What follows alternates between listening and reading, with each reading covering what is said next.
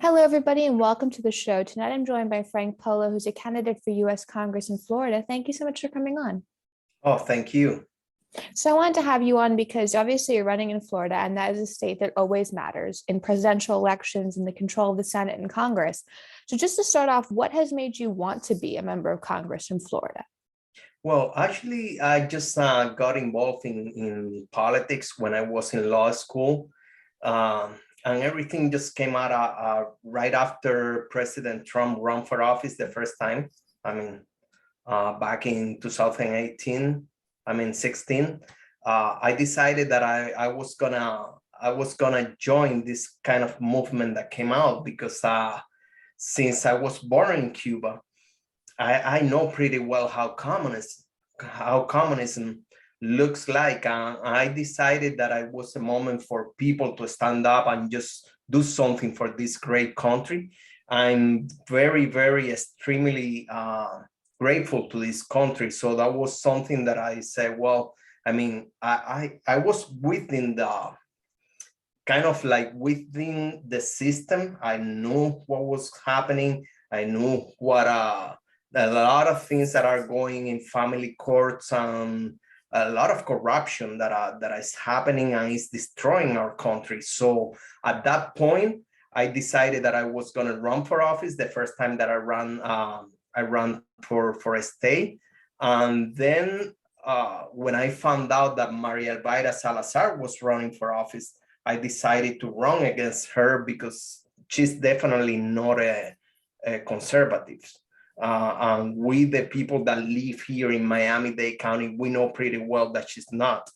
So that's why I decided, I said, well, if nobody's running against this rhino, I just gonna do it. I'm gonna go ahead and just try to run for office. Right. And what's interesting about that is the woman you mentioned who currently is the member of Congress in that area, she came in as somebody who was supposed to be part of the Freedom Force, supposed to be very conservative and pushing back against socialism. And we haven't really seen that. There's been some language of it, but she has been one of the more moderate Republicans in terms of her voting pattern. Do you think in your area, is that the desired outcome of giving her that seat? Because she did defeat a Democrat originally. Did people expect her to be this moderate, or were they looking for more of a traditional solid conservative? No, definitely the thing is that she didn't have a good candidate against her the last time that she ran. That's what I think is the problem. Maria Elvira Salazar has a history of just, she voted against the Second Amendment. She has clearly stated that she's gonna ban the assault, what they call assault weapon, which I don't think they are actually assault weapons. They are weapons that are used for hunting, for different activities that people want to do it. I personally own guns, so I know exactly what they're talking about. So she didn't have a candidate that was gonna give her, uh, a hard time running for office, and that's precisely what happened. The last time that I ran, I decided not to ask for money because there was that was back then. It was the beginning of the pandemic, so I decided not to ask for money. So when I run, I run as a write-in, and it is extremely very difficult to get as a write-in to get elected. But this time I just running through the normal channels.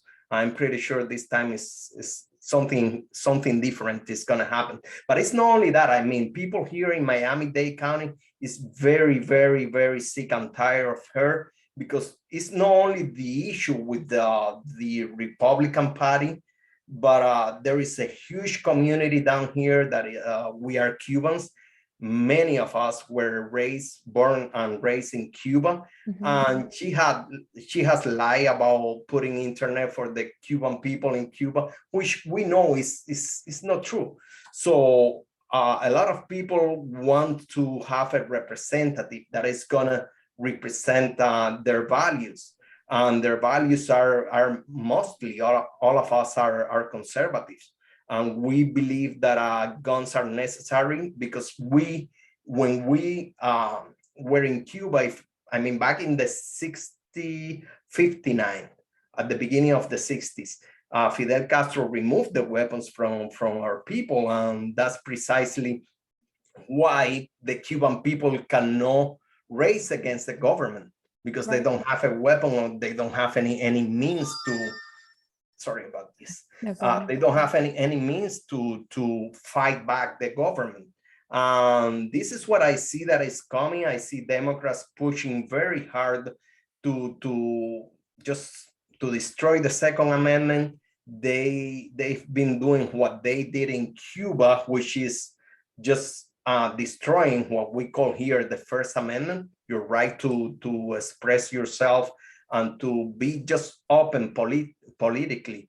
So those are the things that I'm pretty sure they're gonna keep just pushing this agenda.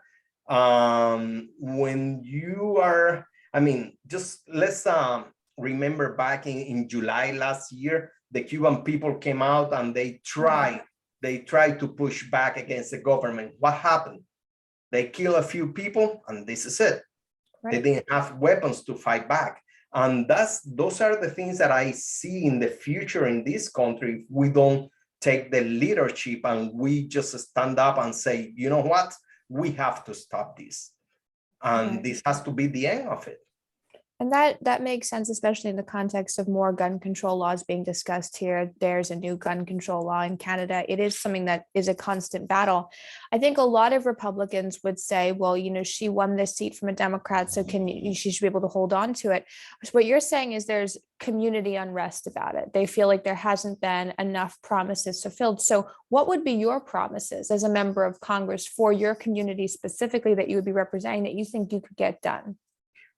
Well, for my community, there is something very important that this is the feeling that I'm getting from the people. And the most important thing is to put America first. And this is what I have always put forward as part of my campaign. I have always said that we need policies that are gonna help the American people first. And then we're gonna worry about the Cuban people. Why? Because the Cuban issue is something that I know very well. Not representative ever in Congress has ever said what I say. I mean, they have never talked about the Cuban infiltration in Dade County, how deep these people have got into our organizations. And that's the message that I got to the Cuban people down here in South Florida. And that has resonated a lot with the Cuban community, because they do understand that we have to save America first. We have to think about our home first, and then we're gonna see what's going on with Cuba. Why is it that no representative ever brought up this issue with the Cuban infiltration here in Dade County? Right. I mean, this is huge. When I'm talking about this, is something huge. And if you look at my tweets, I mean, I talk a lot about American policy. Of course, I mean, I got two different Twitter accounts. I have one in Spanish and one in English. But the English one is a little bit like dedicated to educate the American people, so they understand what we Cubans went through and what is happening here inside the US. This is very, very something that is very concerning to me. Definitely, this is something that I mean, people was expecting. This is another thing. Unfortunately, Democrats run campaigns to help Maria Salazar, saying that she was a pro-Trump, that she was always supporting Trump, and that was not true. They want to have that seat because they know that seat, even though it's kind of tight, it's not it's a swing kind of district, but even though it's a swing district, the tendency in that district is to vote Republican. So they knew that it was going to be very difficult to get that seat back. That's what I think it is. I think Democrats played that card, and it worked out for them. But people have been just awakened, and they know that this is. I mean, Maria Elvira doesn't represent our values.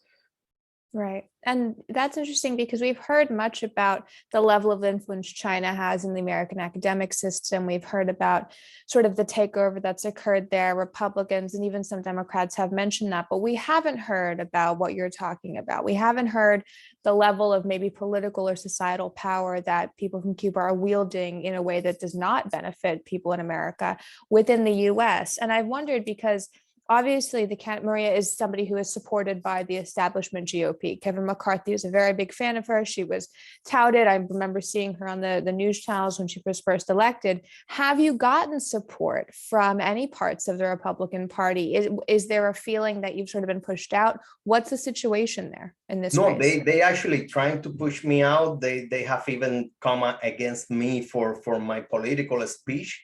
There is a lot of things going on that I won't be able to talk about right now, but definitely the GOP here in Dade County is, I mean, a lot of people say the GOP is totally Rhino, but I wouldn't say that. I think the influence of the Cuban intelligence service is also on top of the GOP here, because they realized that the only way to get to Congress was through the GOP. I see. So yeah, if you go back to the Maria Elvira's past, you can find out that she was married to a Sandinista.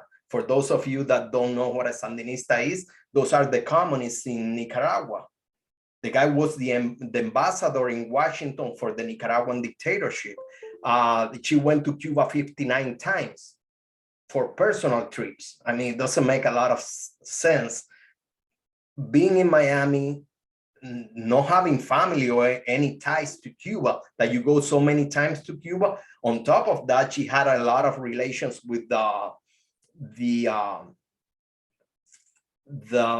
lot of people within the Cuban government. So it's very concerning. When I think about this, I go like, how can a person like her with her past is in Congress, and how our intelligence services haven't just started like investigating what's going on behind her history, you know? I mean, her story that she has, the ties that she has with Cuba. That's very concerning. That's why I'm running for office, because definitely she's not the person that we need in Congress. When I talk about the Cuban infiltration, I'm just gonna go back to 1996, and this is something that nobody talks about it. Back in 1995, the Clinton administration gave Cuba 20,000 visas per year. We're talking over a 500,000 people that have come using these visas. We're not talking about people that are, I mean, I'm just putting aside the people that are coming through the Mexican border. I'm just talking about these 20,000 visas. Guess what? They are supposed to be for the opposition, the people that is against the Castro regime. And who gives those visas? Those visas are being handled out by the Cuban government one way or another. And that's very concerning, because a lot of people are coming dressed as the opposition, and at the end, do they really represent the opposition? And there is a lot of things. I mean, we can be talking about this for forever. They have influencers that are kind of like manipulating the opinion in our community. They have a lot of things going on here that, I mean, if you think about it, we got to be careful as a country about where these people is coming from, the ties they had with the Cuban government before, because every single one of them had ties with the Cuban government. So those are the things that made me run for office, because we got to stop this. And we are just talking about the Cubans. We got the Chinese, we got all these people that the press talks about it. But I mean, if we don't have representatives that go to Congress and tell the other people in Congress, you know what, this is a national security issue and we have to take care of this. And I think that Nothing's going to happen. I think that's an interesting point because there is a lack of education surrounding these issues. And this district, Maria won at 51-48 last time. It is definitely a winnable district for Republicans. I try not to have on people who are in seats with like 70-point margins because those are not winnable seats. This is definitely a seat that's in contention. Within this race, what do you think are the top three issues that voters are talking to you about, that you're hearing over and over again that maybe people wouldn't be aware of? Well, the same thing that the whole country is just going through. I mean, we have inflation, we have the gas prices going crazy because the Democrats wants to push this agenda towards the new Green Deal, and all these things that are happening in the country. The gun control is very important for us, for Cubans, because we know what's going on when you don't have access to the guns. I mean, and a lot of people is concerned also about Democrats trying to regulate guns on law-abiding people and not on criminals, because they don't do anything against criminals. And those are the same issues that we have all over the country. We're gonna have to address this. But definitely, I'm pretty sure that we're gonna get President Trump in office in 2024, but we're gonna need also to have, the way that I put it is very simple. Sometimes I tell people, some people ask me, what is the way out of this? I said, well, the way out of this is to have a general, which is President Trump, and have good soldiers behind him. And that's what we need. We need to elect people that are going to fight with him, not against him. Yeah. Maria Salazar I mean, she just voted against Marjorie Taylor. She has a background that it talks a lot about her.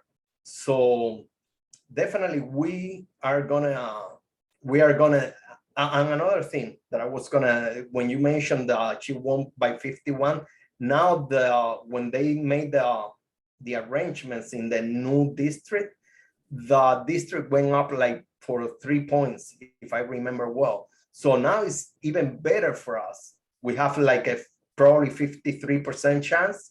I just gonna have to win the primaries. I'm pretty sure we're gonna make it. And in terms of youth engagement, one of the things I heard in the last batch in 2018 with midterm candidates was that the Republicans who won, they had more youth engagement. They had a lot of Hispanic Americans coming out. Republicans have traditionally done better with Cubans, going even back to George W. Bush with elections. In terms of youth engagement for your campaign, are you seeing a lot of energy? Are you seeing young voters have questions about what's going on? Because there is a lot of unrest about what Biden hasn't delivered for young voters across the country. Definitely. I mean, I believe that the Cuban community is very excited about retaking the Senate and the House. But I'm worried about something, because we Cubans have this tendency to vote only when there is a presidential election. Mm-hmm. And that's what I'm working on. I'm telling people, listen, don't relax, don't stay home, don't just go and vote. Make sure that you vote, because and that's what sometimes they don't understand how important are the midterm elections. They don't get it. And that's why I'm trying to do an educational task. Basically, I'm trying to just educate them and tell them, listen, we have to go out and vote.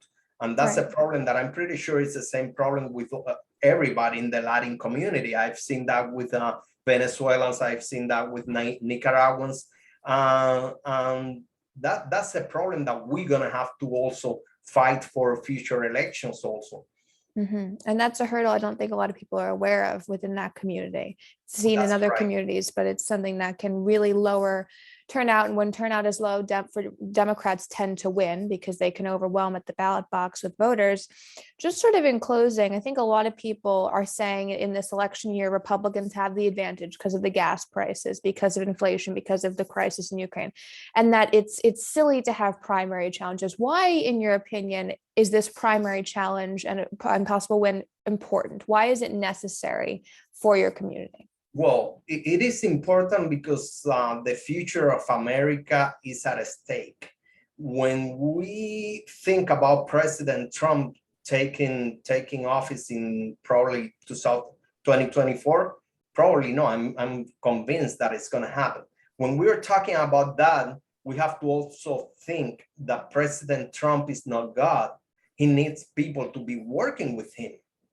Mhm. And that's why these elections is so important. And it's not only important in South Florida, it is important all over the country, because we have to make sure that rhinos are out of office. There can no, I mean, if we keep all these people in office, eventually they're going to betray President Trump. And that happened before. We've seen it. It's something that we are not talking about, something that may happen. Is something that we've seen. So we're going to be fighting to make sure that not only President Trump gets in office again, but to have a good team behind him to work for America, to make changes. There is so many changes that we have to make in America. We have to find out. I mean, let's go back to things that we have, that people is worried about. Our national debt. Not many people talk about it, but when you talk them, hey, what do you think about the national debt? And they go like, well, yeah, I mean, if you think about my family, my grandchildren are going to have to pay for this, and probably like a few more generations down the road, and they get scared. This is something that we have to address. And how we're going to address that? We're going to have to find out where our money, our tax money is going. I've been receiving reports from all over the world, people that talk to me, and they are telling me, listen, this money that you guys, the US, put into our freedom is being used just to finance communism, basically, in some countries. And that's the same problem that we have with the Cuban opposition. Some of those organizations, big organizations that are making money out of the Cuban problem, they're not doing anything for the Cuban people. So why should we put money into these organizations that are not doing what they are supposed to do? And like that, we can go to a lot of other organizations, bigger organizations that get more money. We have to take that money back if they are not doing what they are supposed to do, and we have to invest that money into our national debt. And in terms of the Trump importance in your district, a lot of people have questioned whether or not he has success with Hispanic Americans, whether or not Cubans are for him. How important is his endorsement in your race? Because he has not, I believe, endorsed Maria Salazar. He has had a tumultuous relationship with her in terms of approving what she's done. If you had his endorsement, would that be, you think, a game changer within that race? Oh, definitely. That's going to change everything. Definitely. There is no doubt about it. I mean, that's precisely one of the things that is working against her also. She came out after the America First agenda.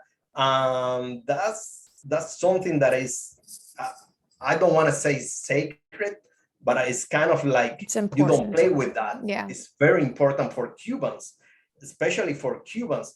I mean, if you look at what happened to, like a few days ago, Biden just went back to the same politics that Obama had towards Cuba. And this is something that is very offensive to us, to Cubans down here.